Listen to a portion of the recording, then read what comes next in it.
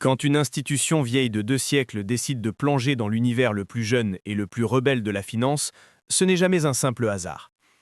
Pendant des décennies, la bourse de New York a représenté le cœur battant de la finance mondiale, un symbole de stabilité, d'autorité et de confiance. Pourtant, en 2025, un événement inattendu bouleverse cet équilibre. Le New York Stock Exchange investit 2 milliards de dollars dans Polymarket, une plateforme de marché prédictif basée sur la blockchain. Un pari risqué pour certains, une manœuvre brillante pour d'autres. Pourquoi une institution aussi conservatrice miserait-elle sur une technologie née pour contourner, précisément, ce type d'institution? C'est la question qui secoue le monde financier depuis des semaines. Car derrière cet investissement, il y a bien plus qu'une simple opération économique.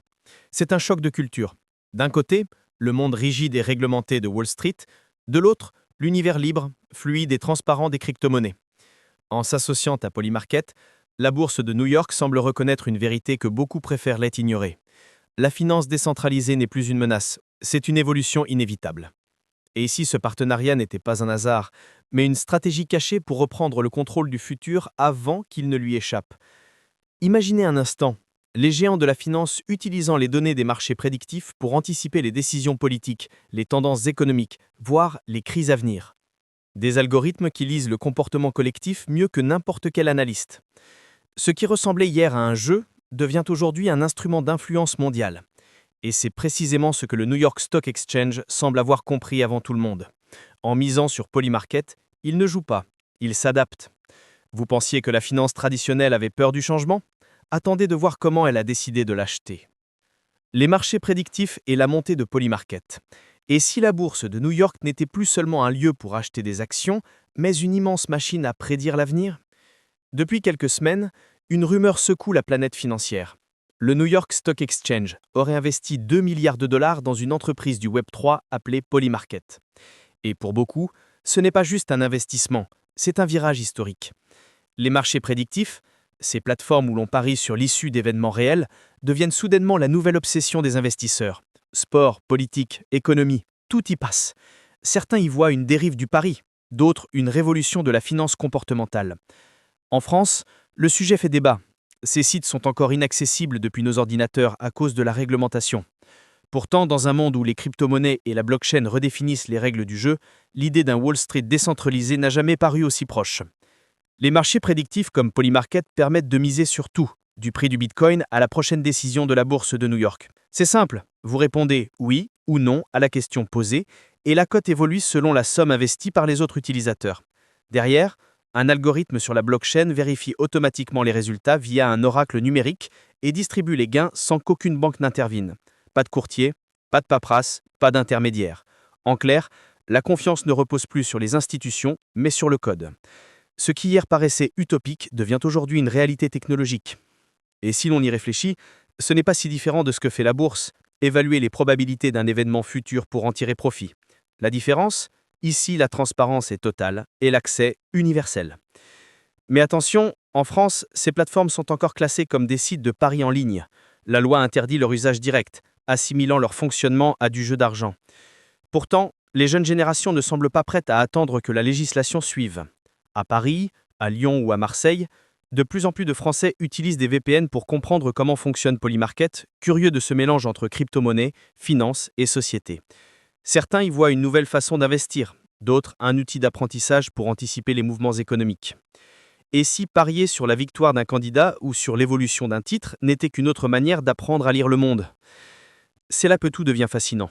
Car derrière le concept du pari se cache un outil incroyablement puissant, la mesure en temps réel de l'opinion collective. Ce que les sondages ne peuvent pas toujours saisir, les marchés prédictifs le traduisent en données exploitables, chiffrées, vérifiables. Pour les institutions, c'est une mine d'or. Pour les particuliers, une porte d'entrée vers une liberté financière nouvelle. Celle où chacun peut tester sa compréhension du monde économique tout en faisant fructifier son argent. Et l'histoire ne fait que commencer. Car vous n'allez pas croire qui se cache derrière cette révolution. Si vous êtes prêt à prendre le contrôle de vos finances et à construire un avenir sûr, vous êtes au bon endroit. Ici, nous transformons la complexité de l'argent en étapes simples et pratiques pour que vous atteigniez vos objectifs sans complications. Si cette vidéo vous a aidé, laissez un « j'ai aimé ». Cela permettra à d'autres personnes de découvrir ce contenu. Partagez en commentaire Quelle a été votre plus grande révélation financière aujourd'hui? Votre expérience peut inspirer et aider d'autres membres de notre communauté à progresser. Et n'oubliez pas, abonnez-vous à la chaîne et activez la cloche pour continuer à recevoir nos guides pratiques et avancer dans votre parcours vers la liberté financière. Ensemble, construisons un avenir solide et sans inquiétude. L'histoire de Shane Coplan et ses débuts. Derrière chaque révolution technologique, il y a souvent un jeune inconnu prêt à tout risquer pour une idée. À New York, en 2012, un adolescent de 14 ans découvre les crypto-monnaies sur un vieux forum. Son nom, Shane Coplan. Curieux, autodidacte et passionné de code, il passe ses nuits à apprendre le langage de la blockchain, bien avant que ce mot devienne à la mode. Pendant que d'autres adolescents jouent à Fortnite, lui expérimente déjà des projets sur Ethereum, rêve d'indépendance et voit dans la décentralisation une manière de libérer la finance des banques traditionnelles. Quelques années plus tard, il quitte l'université, convaincu que le futur ne s'écrit pas dans une salle de cours, mais sur la toile numérique. Comme beaucoup de visionnaires, il commence petit, dans un appartement minuscule, avec un bureau installé dans sa salle de bain. Oui, littéralement. C'est là, entre la vapeur et les lignes de code, que naît la première étincelle de Polymarket. Avant Polymarket, Shane tente un projet baptisé Union, une plateforme de staking sur l'écosystème Cosmos, encore balbutiant à l'époque. Mais le succès n'est pas au rendez-vous. Peu d'utilisateurs, peu de traction, peu d'argent. Certains racontent qu'il a dû vendre ses meubles pour payer son loyer. Un échec cuisant, mais formateur. Car l'échec, comme en entrepreneuriat, est souvent le meilleur professeur. C'est dans ces moments de doute que naît la résilience, cette capacité à recommencer plus fort, plus lucide. Shane comprend alors que le futur ne se trouve pas seulement dans les technologies, mais dans la manière dont les personnes perçoivent les événements. Et c'est précisément là que l'idée des marchés prédictifs refait surface. En observant la volatilité des marchés et le comportement des investisseurs, Shane réalise une chose simple mais puissante. Les décisions économiques ne reposent pas sur la logique mais sur les émotions. La peur, la confiance, la curiosité, tout cela influence les prix. Alors pourquoi ne pas créer un espace où ces émotions deviennent mesurables, traduisibles en probabilités? C'est ainsi qu'il conçoit la première version de Polymarket, un lieu où les gens peuvent littéralement parier sur l'avenir. Pas pour jouer, mais pour comprendre. Et cette nuance change tout. Ce qui pouvait passer pour un simple site de paris devient, entre ses mains, un laboratoire d'analyse économique alimenté par la blockchain. Pas étonnant que certains y voient une révolution silencieuse, un nouveau Wall Street numérique. Mais ce n'est qu'un début. Car si l'histoire de Shane Coplan inspire déjà des milliers de jeunes développeurs, elle cache encore bien des rebondissements. Car dans les mois qui suivent, Polymarket attire non seulement des investisseurs, mais aussi l'attention du FBI. Et ce qui s'est passé ensuite va bouleverser toute la perception que la finance traditionnelle avait du Web3. Les obstacles, régulations et le rebond. Chaque révolution commence avec un rêve et finit par affronter une autorité. Le succès fulgurant de Polymarket attire vite la lumière, mais aussi les regards suspicieux des régulateurs. En 2021, la plateforme explose littéralement. Les élections américaines opposant Trump et Biden deviennent un terrain de jeu parfait pour les marchés prédictifs. Des millions de dollars circulent, les volumes atteignent des records et les médias commencent à s'y intéresser. Dans les cafés de Paris, on en parle presque comme d'une curiosité américaine. Mais ce qui amusait hier finit par inquiéter aujourd'hui. Car aux yeux des autorités, Polymarket ressemble un peu trop à un site de paris en ligne. Et ça, aux États-Unis comme en France, c'est une ligne rouge. En 2022, la CFTC, le régulateur américain des marchés à terme, tombe sur la plateforme et la sanctionne. 1,4 million de dollars d'amende et interdiction d'opérer sur le sol américain. Un coup dur pour Shane Coplan. Du jour au lendemain, son plus grand marché disparaît. Mais comme souvent dans la finance moderne, chaque crise devient une opportunité de réinvention. Privé d'accès aux États-Unis, Shane décide de tout repenser. Il simplifie l'interface, renforce la décentralisation et fait de Polymarket une véritable vitrine du Web3. Plus fluide, plus visuelle et surtout plus indépendante que jamais. Les utilisateurs ne passent plus par un site centralisé, ils interagissent directement avec la blockchain. Résultat, aucune entité ne peut éteindre la plateforme. Pour les uns, c'est une menace pour la régulation, pour les autres, un chef-d'œuvre d'ingéniosité. Et au fond, n'est-ce pas ça la liberté financière? Ne plus dépendre d'un système, mais créer son propre système? En France, cette idée commence à séduire discrètement. Des jeunes investisseurs apprennent à utiliser des portefeuilles crypto, à comprendre les oracles, à sécuriser leurs actifs. Une génération entière s'éveille à une nouvelle manière de penser à la finance. Pourtant, le destin de Shane Coplan prend un tournant inattendu. En 2024, le FBI débarque chez lui. Perquisition complète, ordinateur saisi, serveur confisqué. L'image du jeune prodige devient celle d'un hacker rebelle face au système. Mais là encore, il ne cède pas. Quelques jours plus tard, il ironise sur Twitter : « J'ai juste dû m'acheter un nouveau téléphone ». Derrière l'humour, une conviction.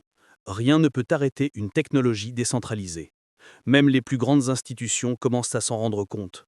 Les marchés évoluent, les utilisateurs s'adaptent et Polymarket continue de croître lentement mais sûrement.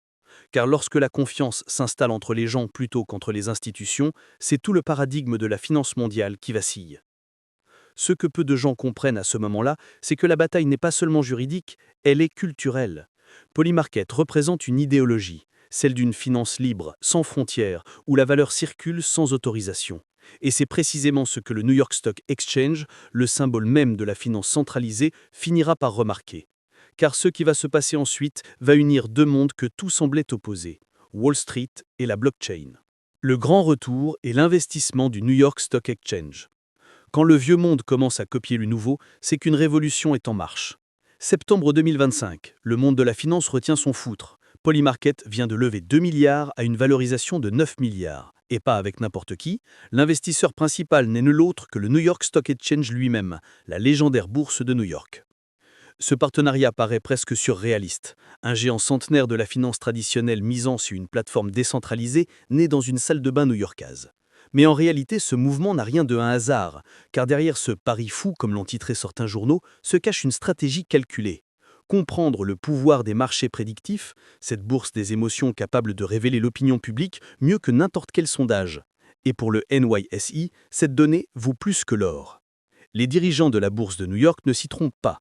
Dans un monde où les algorithmes dictent les tendances, savoir ce que les gens pensent avant qu'ils n'agissent, c'est le saint Graal. Les crypto-monnaies et la blockchain ne sont plus vues comme une menace, mais comme une opportunité d'évolution. Ce que Polymarket a réussi à faire, c'est quantifier la confiance, transformer les intuitions humaines en indicateurs économiques. Quand des milliers de personnes misent leur argent sur un événement, ce n'est plus un simple avis, c'est une conviction mesurée.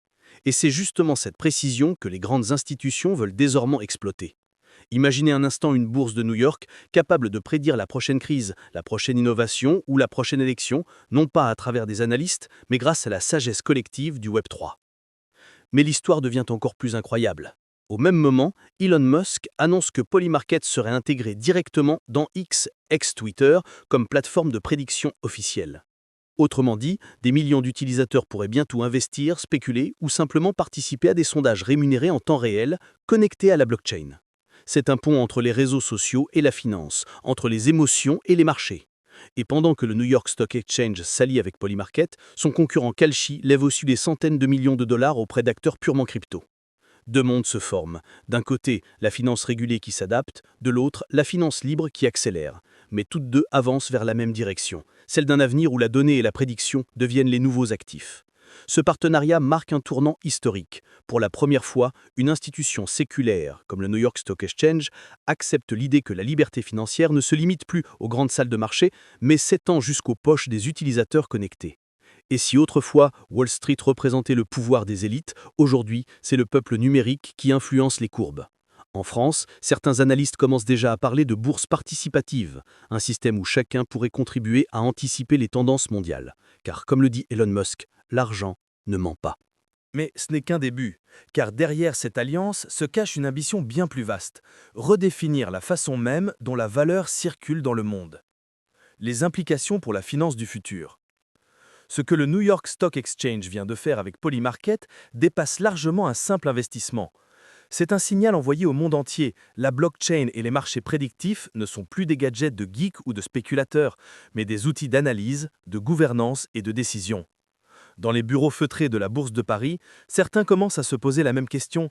Et si demain, les données issues de ces marchés devenaient plus fiables que les études économiques traditionnelles ? Après tout, quand des milliers de personnes misent leur propre argent sur un résultat, elles révèlent un sentiment collectif bien plus sincère que n'importe quel sondage.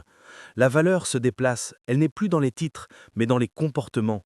Et cette nouvelle matière première, l'opinion mesurée, pourrait bien devenir le pétrole de la finance du XXIe siècle. Le New York Stock Exchange, par cette alliance, ne cherche pas seulement à diversifier ses actifs, il veut apprendre, comprendre comment les générations connectées pensent, agissent et investissent. Car le Web3 n'est pas une mode, c'est un mouvement culturel. Les jeunes Français, par exemple, ne rêvent plus de travailler à la banque. Ils rêvent de créer un revenu passif, de gérer leur argent via un smartphone, d'atteindre une indépendance financière réelle. Dans les rues de Lille, Bordeaux ou Montpellier, on ne parle plus seulement de livret A, mais de staking, de tokenisation, de portefeuille décentralisé. La mentalité change, la richesse ne se mesure plus à ce que l'on possède, mais à la liberté qu'on s'offre. Et c'est précisément cette liberté que les institutions commencent enfin à comprendre ou à craindre. Ce qui se joue ici, c'est la redéfinition du nous confiance. Autrefois, on faisait confiance aux banques, aux courtiers, aux États. Aujourd'hui, on fait confiance à la technologie, aux algorithmes, à la transparence d'une blockchain. Cela peut sembler froid, mais c'est profondément humain. Chercher des repères stables dans un monde incertain. Les marchés prédictifs ne sont pas qu'un outil de spéculation, ils deviennent une boussole collective, une manière d'écouter la voix économique du peuple. Et si les géants de la finance comme le NYSE ou la Bourse de Londres s'y intéressent, c'est parce qu'ils savent qu'à long terme, cette tendance est irréversible. L'économie mondiale n'est plus pilotée d'en haut, mais co-créée en temps réel par des millions d'individus. Et pour nous, simples citoyens, qu'est-ce que cela change? Absolument tout.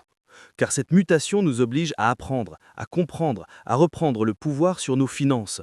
Ce qui autrefois semblait réservé aux traders devient accessible à tous, à condition de s'éduquer, de s'informer et d'oser participer. Le futur de la finance ne se jouera pas seulement dans les tours de Wall Street, mais dans chaque foyer connecté. Et si la prochaine grande révolution financière ne venait pas des banques, mais de vous? Quand la finance traditionnelle se met à parler le langage de la blockchain, c'est que le monde a déjà changé. Ce que cette histoire nous enseigne, ce n'est pas seulement la puissance d'un investissement, mais la vitesse à laquelle le monde évolue. En misant sur Polymarket, la bourse de New York admet que l'avenir ne se construira plus uniquement dans les tours de Wall Street, mais aussi dans les portefeuilles numériques de millions de personnes. La blockchain, jadis considérée comme un jeu de pirates financiers, devient petit à petit un instrument de mesure, de transparence et de confiance. Et si même les institutions les plus puissantes s'y intéressent, c'est bien parce qu'elles savent qu'à long terme, cette tendance est irréversible. L'économie mondiale n'est plus pilotée d'en haut, mais co-créée, en temps réel, par des millions d'individus. Et pour nous, simples citoyens, qu'est-ce que cela change? Absolument tout. Car cette mutation nous oblige à apprendre, à comprendre, à reprendre le pouvoir sur nos finances. Ce qui autrefois semblait réservé aux traders devient accessible à tous, à condition de s'éduquer, de s'informer et d'oser participer. Le futur de la finance ne se jouera pas seulement dans les tours de Wall Street, mais dans chaque foyer connecté. Et si la prochaine grande révolution financière ne venait pas des banques, mais de vous? Le choix vous appartient, mais elle commence ici, maintenant.